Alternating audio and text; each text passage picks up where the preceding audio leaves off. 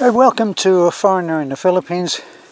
I've heard it said that the Philippine jungle is the most brutal of any jungle in the world, including the Amazon, which really surprised me. But I was watching a television program once and they were talking to one of these guys who just loves being dumped down in the jungle and then trying to survive. And they were on a survival mission, and they were in the Philippine jungle. Of course, what we're looking at right now is not the jungle, but I'll let you see what I'm looking at. Now, I think you should be able to see why the Philippine jungle would become so brutal. You can see here that these trees have actually been pruned, but they're still in dire need of pruning. Now, this is a palm plantation. Can you see that they're in orderly rows? So hardly the jungle. And nevertheless, we've been walking for a while, and that's where we've come from. Now, some people, many people in fact, have this unerring sense of direction, that you can set them free anywhere, and they've got all kinds of magical things that they look at, which side of the tree is the moss growing, and they know how to set a fire, and they know all kinds of stuff like that, and they know where they are. So I'd just like to point out that I'm not one of them. It would be wonderful if I did, but I don't. I thought that I was coming out to find Oping's house. I've been to Oping's house once before, but somebody moved the path and put it in a different direction while I wasn't looking, and I followed the path, and now I'm lost. Well, actually, I'm not lost because I just turned about and I'm walking back again. But the sun is getting low, and one thing that I do know, even though I am a city boy, I know that you should not be out after dark on the hills if you don't know what the hell you're doing. And of course I don't know what the hell I'm doing. Now, why would we be interested in coming out and looking for Oping's house? Well, I thought I might see Oping and tell him that the grader is going to come up here. Now, this is where my unerring skill went erring. I thought that this was the way to Oping's house, up there. And it turned out that I was loud, confident, and wrong. Because it seems like probably that's where Oping's house is, up that part of the path.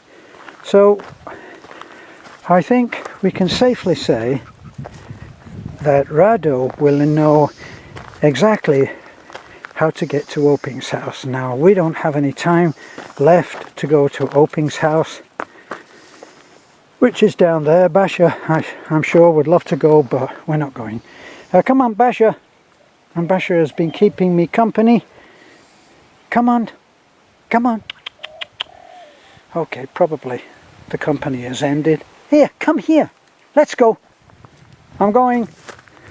I'll do the child thing now. Alright, I'm going without you. She doesn't care. Ah, she's coming. So, what you can see along this road, which we'll soon see the grader, which we're very happy to be able to do for our neighbour and for the people that live up this particular road. And while I've been walking, I think 2 or 3 people have been by on motorcycles. Now, I know that this far is Oping's, because this is how Oping fills in all of those nasty ruts and everything. He finds these huge boulders and he puts them down, and that at least fills in the hole. Now, all of this road will be recreated, as you have seen in other videos, by our friendly grader driver. Now, That's another view that you don't normally see from our house. But this is all very local area. In fact, let me see. Dare I make a guess and say that's where I live? No, I don't. Okay, Basha, let's go. Come on. She looks like she's thirsty. Me too. Now, for anybody coming out who just loves to hike, what a vacation they would have here. Because these trails go all over these mountains. Now, as long as I said you knew where you were going, you could be dropped off. You could be dropped off on one at the start of one of these roads. And the way that I used to do it, at one time, I'd walk for a designated amount of time. Well, I'd walk for maybe 15 or 20 minutes. Now, here's somebody coming.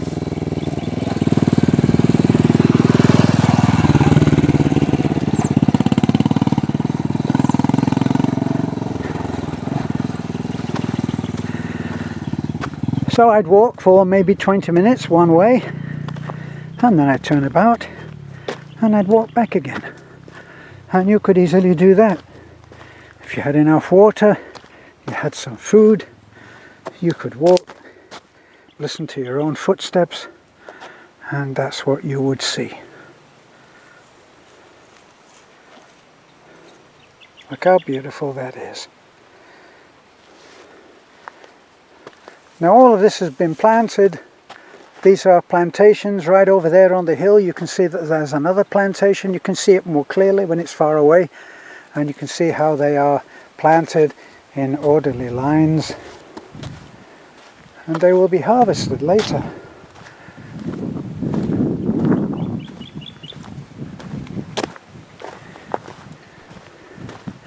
Now right over there, you can see most of the houses in our hilltop compound. It's unmistakable. You can see the red of our house there. If you look at that palm tree, take the palm tree as your site, and then just move a little bit to the right, far out ahead. You can see where I've walked from. I know, for God's sake, where I'm going to have to walk back to.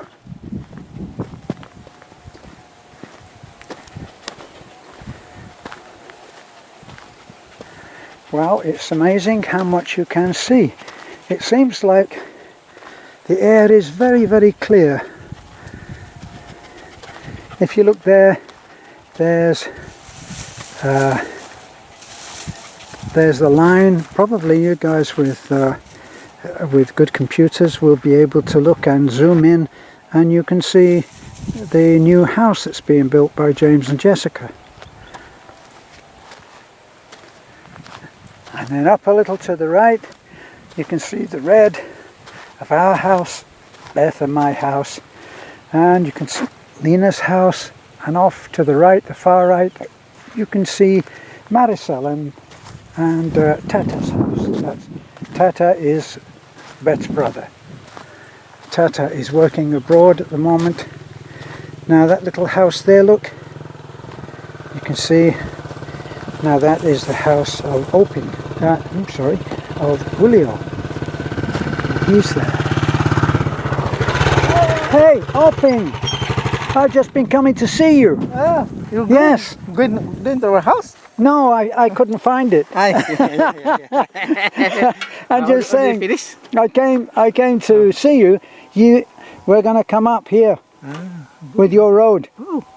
Yeah. Thank you very now, much. you can help us. Yeah. You can help us. Rado is going to have to cut down. You know that the grader is very 10, 12 feet high.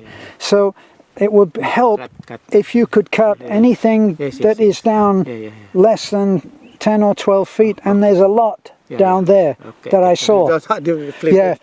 Yeah, down here there's an awful lot that are there. So this is great. Oh, but this is thank you very great. much. Thank you very much. Yeah, I'm so happy. I know. Very happy. Yeah, it will be really good. Have you seen? Well, you've seen the road. It's very nice. Wide. Wide. Oh, very, Yeah. Well, we're gonna make. to truck. Like. Yeah. Well, I hope there's no trucks, but yeah, I don't want anybody else to live here. I want to be selfish, but we can enjoy it a little more. Yeah. So then Very nice. it will be easier to maintain. Yeah.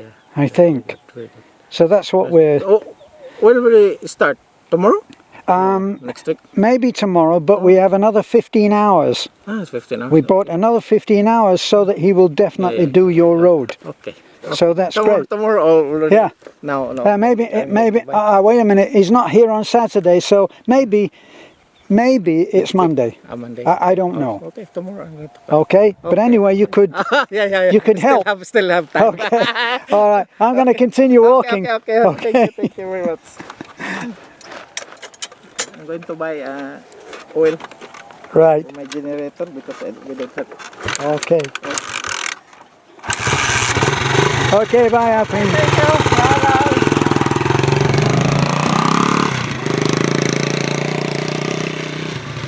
Well, that's hoping.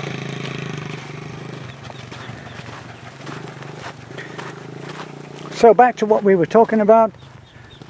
There is Julio's house, right down. If you look at it, because I can't actually see with the bright sun out in daylight. I can't actually see what is in the viewfinder. But I'm looking there, and there's a small palm tree, and just to the left of it is a silver top. And that silver top is the roof of Julio's house.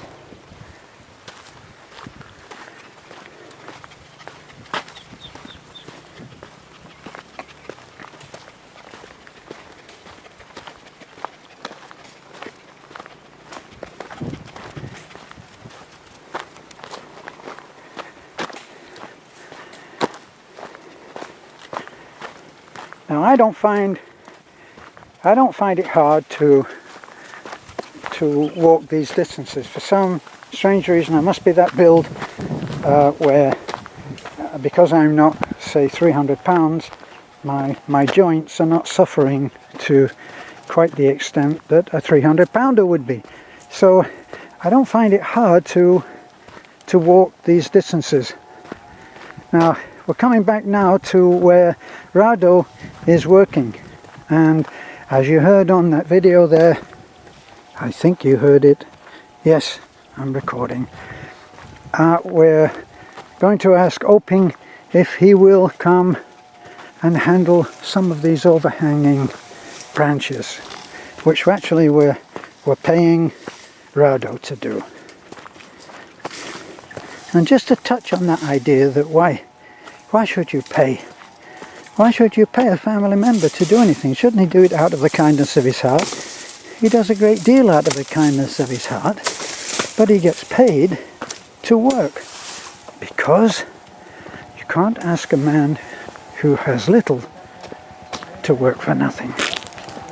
And that seems to me to be a no-brainer, which is why somebody else. Okay.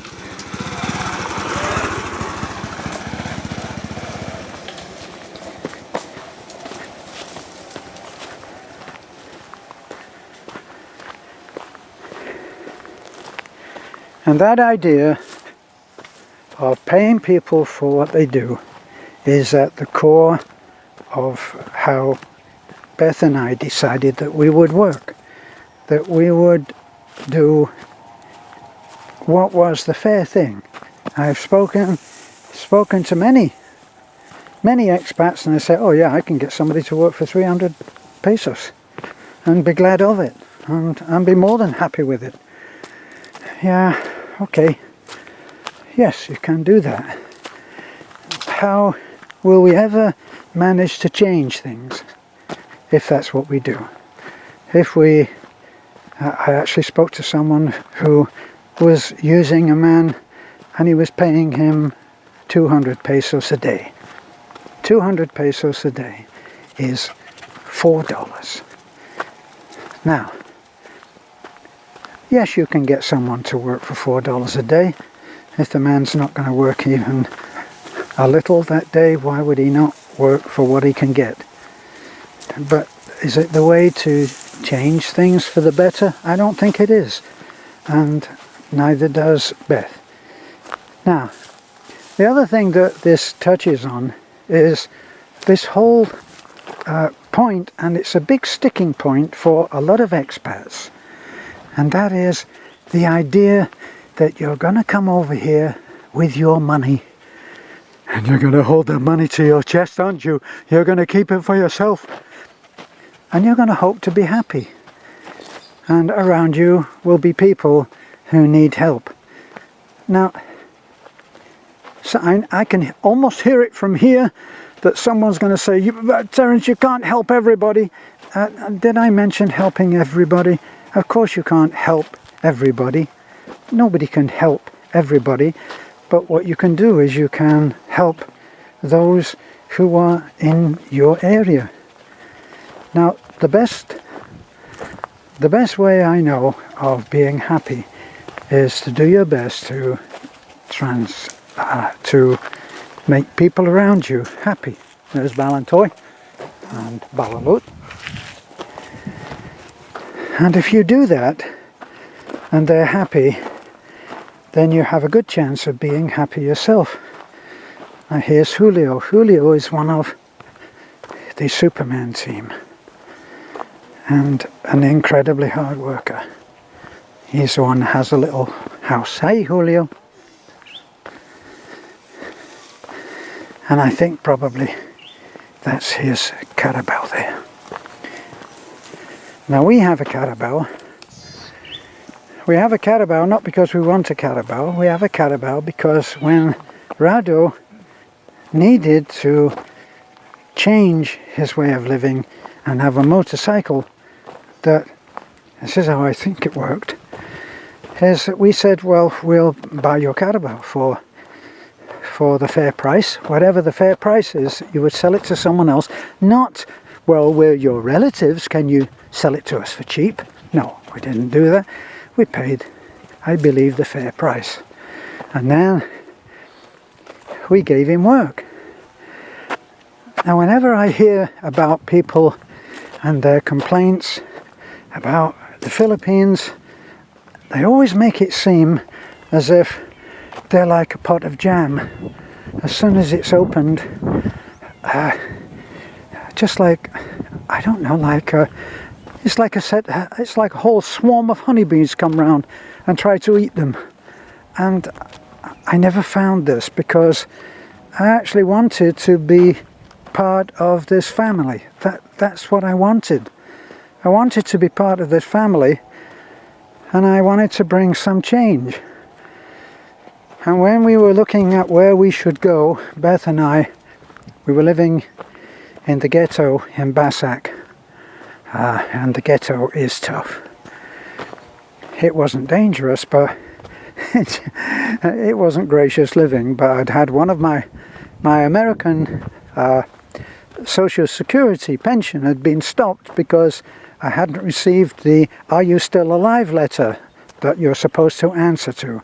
And when you don't respond to the "Are you still alive?" letter, they think you're dead. And the quickest way they can find out if you're still alive is by stopping your pension.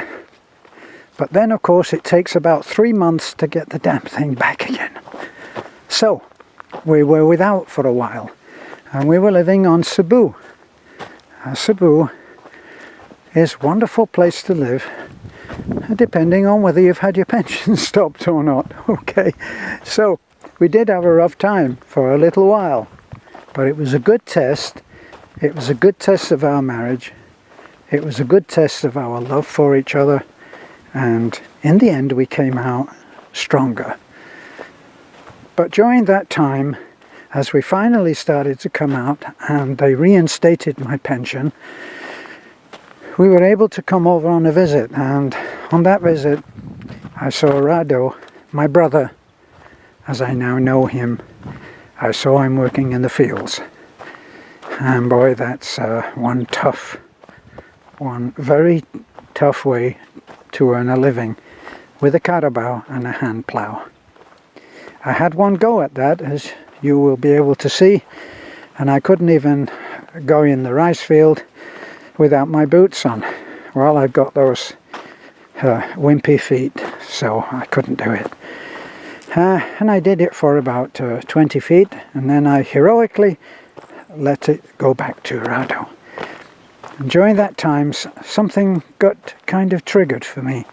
It was a milestone moment, and I decided that maybe our mission was to come to Bohol not to save money, but to live. And I mentioned this to Beth, and at that time, I guess in some part she was still in let's get away mode and go to Panama, which I've never been to. Well, we came back and I met Nanai. Well, I'd already met Nanai, of course, but I met Nanai at home. I met everybody here. I met all of the family. I went to the church. And as many of you like to argue and back and forth, as I'm not religious and I don't know who God is and on all of that stuff, our mission began to clarify itself, that at least we could bring some kind of help to a family that was in some kind of need. Nobody ever asked for nothing. Nobody ever tried to take me. Nobody ever tried to abuse our relationship. They came and they were giving and loving, and I felt privileged to be part of that family. I'm going to end it off here by looking up at our house. For as much as you can see, just above Jessica's house, you can see there, and this is our new road. In many ways it's a new beginning, because we have some very exciting things that are happening in the very near future, which of course you will be finding out about if you have subscribed. Must hit that bell if you want to find out what's happening. Thanks for looking in. This is A Foreigner in the Philippines. We've got exciting things happening in the very, very near future. On Monday we're taking baby Faith up to the hospital in Tagbilaran, and then there will be 3 days of not knowing either the most rewarding news or perhaps the most heartbreaking. We'll see how that goes. It would be a big help if, I think that we are very close to, I think, 19 or 20,000 subscribers. I'm a great believer in, if a lot of people put their minds to it and ask for help without return, then the Creator, the Almighty, will be listening. So, bless you for now. This is A Foreigner in the Philippines.